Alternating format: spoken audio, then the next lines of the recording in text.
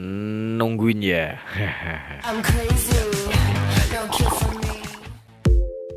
Halo guys, kembali lagi di channel MD-ku. Kali ini MD-ku akan membahas alur cerita film yang berjudul Welcome to Eden yang dirilis pada tahun 2022. Nah, oke, episode 3 Welcome to Eden dimulai dengan sebuah alarm jam pada pukul 06.00 pagi.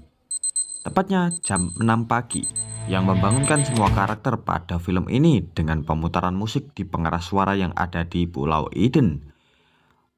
Operator berambut biru yang bernama Maika menggunakan drone untuk memantau semua orang yang ada di ruang kontrol pulau ini. Dan film pun dimulai.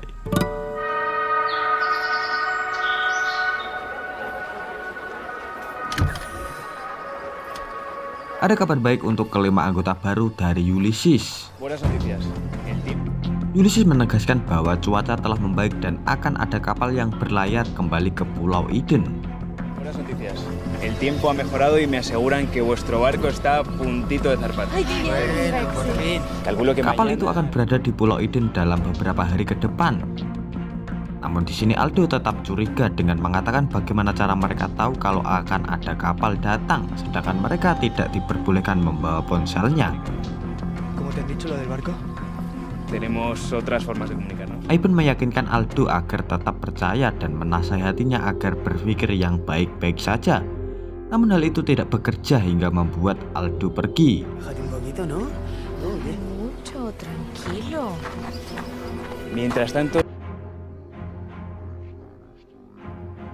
Shin berbeda dengan Gaby. Di rumah Gaby menelpon ibunya yang menanyakan tentang kabar Zoa.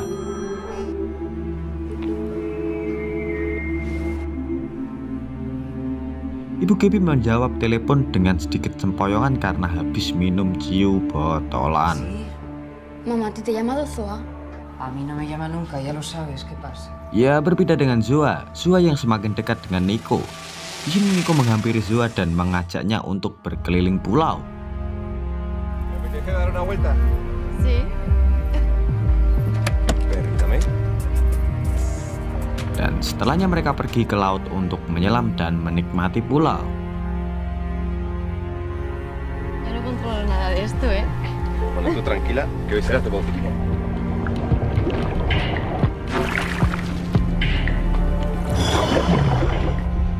Setelah pagi yang besar, semua orang bergabung bersama di sebuah ruang makan.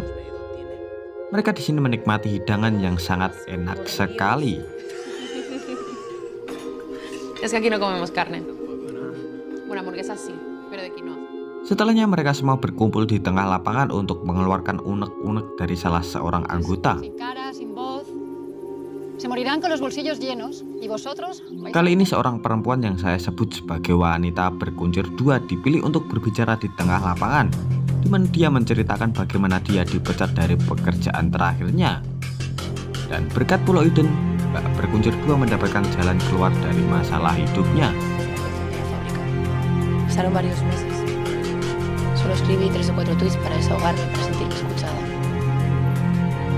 Bagaimanapun juga ini membuka jalan bagi mereka yang ada di Pulau Eden untuk bergabung bersama dan mengucapkan selamat tinggal kepada para pendatang baru. Gracias a ti, compañero. Dengan perahu mereka yang akan datang, mereka memutuskan untuk mengadakan pesta perpisahan malam itu untuk mengantarkan mereka pergi dari Pulau Eden. Hemos organizado una celebración, una fiesta, ya saben cómo somos. Será al anochecer. Dan saat malam tiba, di dalam pesta Alma menghampiri Ivan dan menyuruhnya untuk memainkan piano. Les he pedido que lo trajeran para ti. Ivan memainkan pianonya dengan sangat indah walaupun dia merasa sedikit canggung saat bermain.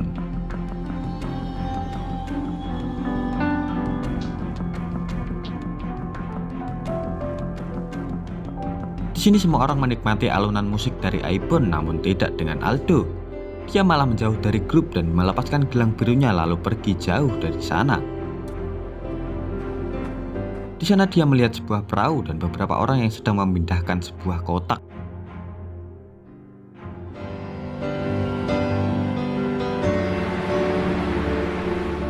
Ivan menyelesaikan lagunya lalu Alma menghampiri dan Lalu mereka melakukan adegan ciuman.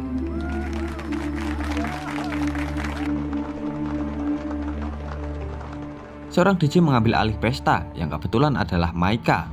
Charlie menghampirinya dan berbicara dengan Maika. Dia meminta sebuah lagu barat, yaitu lagu Latin. Charlie juga mengetahui bahwa Maika adalah seorang operator drone.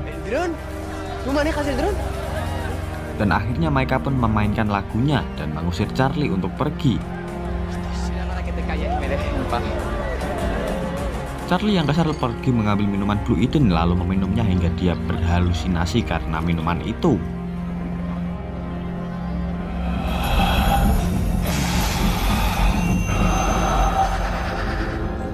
Sementara itu Astrid menghampiri dan berbicara dengan Afrika. ¿No quieres ir? No, no me apetece. Astrid membawanya menjauh dari pesta dan hal itu dilihat oleh Aldo.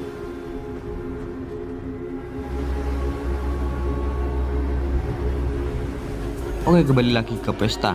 Sua sedang berdansa ria hingga Nico muncul dengan sebotol minuman Blue Eden.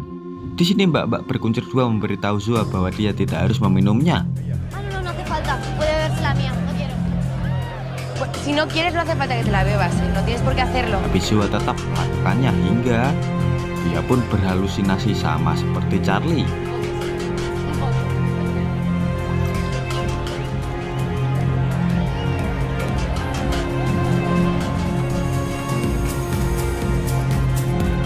Aldo mencoba meyakinkan Charlie untuk pergi bersamanya karena dia telah menemukan jalan keluar dari pulau ini.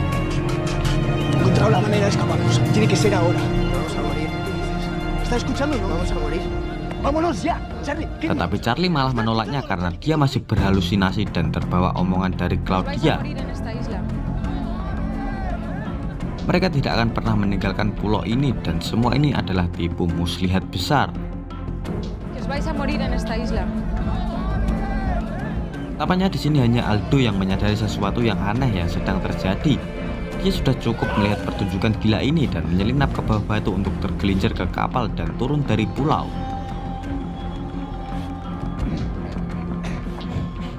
Dalam perjalanan tanpa sengaja dia mendengar beberapa pekerja mendiskusikan bagaimana mereka sebenarnya tidak terganggu oleh perubahan iklim dan mengeklaim bahwa Eden Foundation membayar dengan baik karena sebuah pengiriman.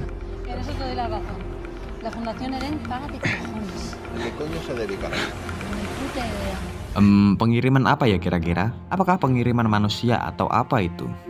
Días sin comunicar. Oke, Afrika dibawa ke tempat Astrid di mana dia bertemu dengan Eric, pasangan dari Astrid. Bueno, acá podés estar absolutamente tranquila, relajada. No sabes las ganas que tengo de... Eric berbicara tentang keluarganya dan lebih khususnya lagi bagaimana dia dibesarkan oleh sopir Pedro. Es más, ahora cuando alguien dice la palabra papá, se me viene a la cabeza la imagen. Mengingat orang tuanya Eric tidak benar-benar ada. Semua ini bekerja dengan sangat baik untuk mengubah jalan pikiran Afrika untuk tetap tinggal menjadi tujuan dari kelompok ini. La familia es la que te cuida, África. Sementara itu Aldo sudah berhasil naik ke atas perahu. Namun sayangnya ketika dia terbangun dari tidurnya di Palka, dia naik ke atas dek di mana dia menemukan dirinya berada di bawah belas kasihan Eden. Lebih tepatnya Brenda yang kebetulan memegang senjata yang aneh yang bentuknya seperti teleskop. Bagaimanapun juga Brenda meletakkan senjata itu di dahi Aldo hingga ia pun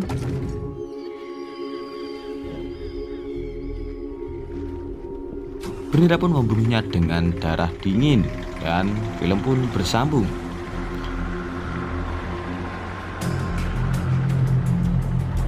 Oke deh guys, segini aja dari pembahasan kali ini. Sampai bertemu di video selanjutnya. Jangan lupa subscribe dan terima kasih. Dadah.